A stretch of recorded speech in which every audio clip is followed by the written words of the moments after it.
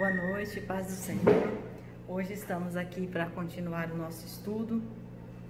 Nós estamos estudando sobre Jó e especificamente sobre as suas filhas. Mas ontem fizemos uma introdução sobre o que aconteceu antes dessas filhas, nascerem.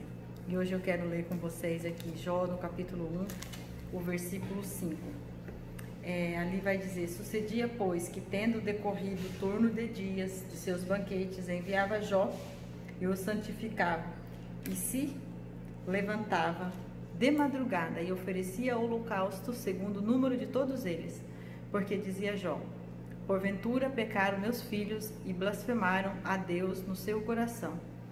Assim o fazia Jó continuamente. Então ontem nós conversamos e falamos que Jó era um homem justo, um homem reto, um homem temente a Deus, se desviava do mal. E eu disse para vocês que na leitura, no estudo que eu fiz, eu havia entendido que alguma coisa poderia haver como brecha ali, razão pela qual todos os filhos foram mortos nessa situação, quando Deus permitiu que Jó passasse por aquela dificuldade. Então, o que é que eu estava aqui imaginando dentro do contexto de que nós vamos estudar, vendo o nome depois de cada uma das meninas, o que significa cada uma desses filhos de Jó que nasceram depois que Deus restaurou a sorte de Jó. Então veja que neste tempo, quando Jó era um homem íntegro, reto, que se desviava do mal diante de Deus, aqui diz que os filhos dele faziam festas que duravam muito tempo. E ali eles faziam muitas coisas, em festa, bebedeira e tudo mais, banquetes. E então Jó se preocupava com isso. O que pode ser, não existe clareza a respeito disso, que o comportamento desses filhos não agradavam a Deus, embora tudo o que Jó fazia agradava a Deus. Mas de alguma maneira Jó não conseguiu convencer esses filhos a serem da mesma maneira que ele, a se comportar da mesma maneira que ele se comportava diante de Deus. Então, o que acontece? Naquela situação, quando o Satanás pediu permissão para Deus, para tocar em Jó, Deus não poupou os filhos. E isso aqui é uma reflexão assim muito grande que nós temos que fazer, porque quando os filhos são adultos, a nossa oração, a nossa intercessão, nosso clamor diante de Deus pode muitas vezes não ser o suficiente para livrar os nossos filhos.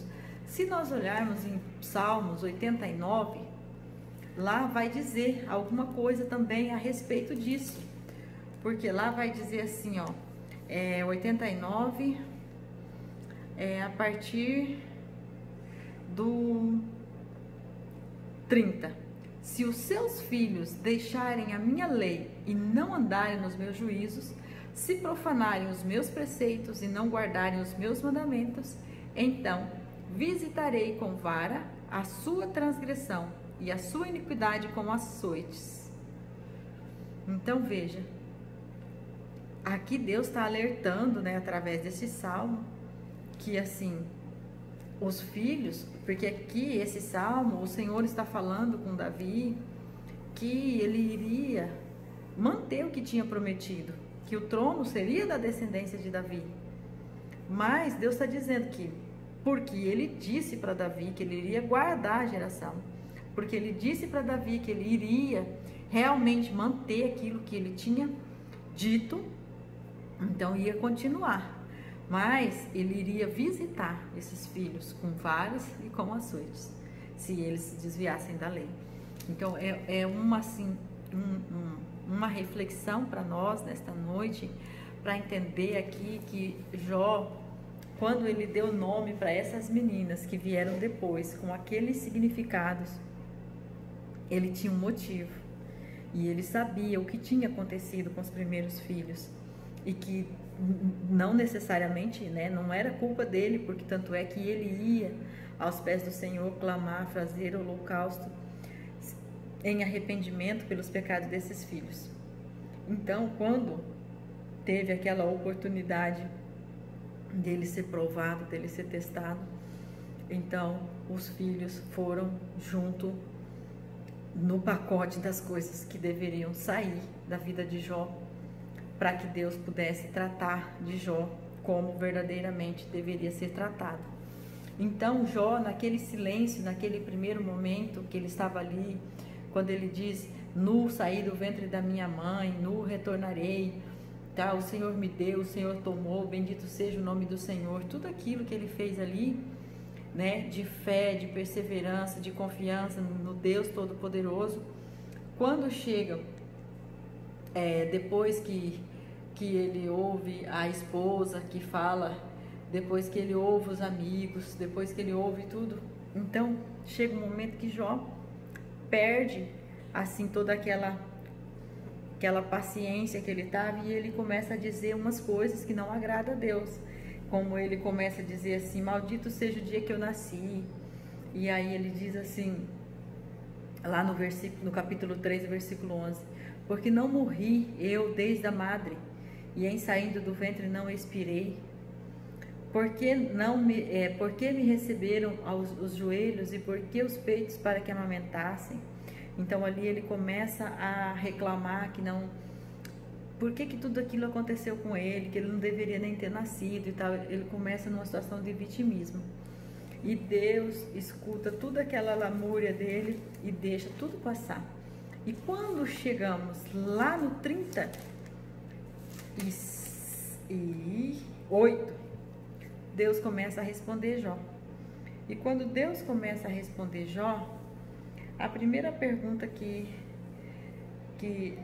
Deus fala com ele é assim: quem é este que escurece o conselho com palavras sem conhecimento? Então, assim, quem somos nós para questionar aquilo que Deus tem nos permitido?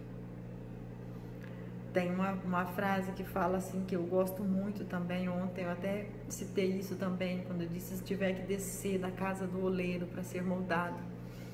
Então tem também a frase que fala assim: quem é o vaso para questionar o oleiro?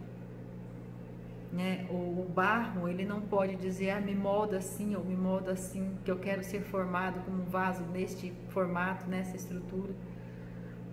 Não tem opção. Então, quando Deus chega, quando Deus resolve responder a Jó, a primeira pergunta ele diz: quem é este que escurece o conselho com palavras sem conhecimento? E aí ele faz mais uma pergunta. Daí antes de fazer a pergunta, ele fala assim: agora cinge os teus lombos como homem, e perguntar-te-ei, e tu me respondes: onde estavas tu quando eu fundava a terra? Faz-nos saber se tem inteligências. Quem lhe pôs as medidas, se tu o sabes? E ali Deus continua e vai questionando o capítulo 38 inteiro, o 39 inteiro, o 40, o 41. Aí quando chega no 42, aí Jó diz ao Senhor: bem sei que tudo podes, e nenhum dos teus pensamentos podem ser impedido. Quem é aquele, dizes tu, que sem conhecimento encobre o conselho? Você viu que depois de 37, 38, 39, 40, 41, esse capítulo de Deus falando, Jó quietinho. Aí Jó não queria falar. E o Senhor disse para ele: vamos, conversa comigo, cinge-se como homem, vem falar comigo agora. Como se diz: não estava você reclamando, dizendo por que veio o mundo? Agora eu quero que você responda as minhas perguntas, já que você tem tanta razão assim. E aí quando Jó responde, ele diz isso: quem é aquele, dizes tu, que sem conhecimento encobre os conselhos? Por isso falei do que não entendia, coisas que para mim eram maravilhosíssimas e que eu não compreendia. Como quem diz assim: Senhor, tudo que o Senhor fez era perfeito. Tudo que o Senhor fez estava sob medida, não precisaria mexer em nada, mas eu não entendia assim. Aí ele diz: escuta-me, pois, e eu falarei. Eu te perguntei, e tu ensina-me. Como o ouvir nos meus ouvidos, ouvi, mas agora te veem os meus olhos. Por isso me abomino e me arrependo no pó e na cinza. Então aqui, depois de escutar tudo aquilo que o Senhor questionou ele cai numa humilhação tão grande diante de Deus, dizendo: Deus, eu não sabia, eu não compreendia de todas as suas coisas. Eu falei, tanto que falou antes, quando ele disse: bendito seja o nome do Senhor, tanto quando ele amaldiçoou, ele falou porque ele ouvia falar, porque ele era treinado pela prática de agradar a Deus, de adorar a Deus, de ser reto, de ser íntegro. Mas aquilo para ele era uma coisa natural e não uma coisa que o próprio Deus o inspirava a ser. Assim somos nós com os nossos dons, com os nossos talentos naturais, porque aquilo vira tão rotina. Quer ver as nossas orações? Quando nós estamos orando, muito difícil nós começarmos a orar e dizer: Senhor, muito obrigado porque eu posso falar, muito obrigado porque eu posso ouvir, porque eu posso ver, muito obrigado pelo meu olfato, muito obrigado pelos meus cabelos, muito obrigado porque eu posso andar. É muito difícil nós começarmos a falar disso. Agora, começa a ter um problema em algum desses órgãos que eu falei, para ver se já, ai meu Deus, cura minha boca, cura meu ouvido, cura meu... Aí começa.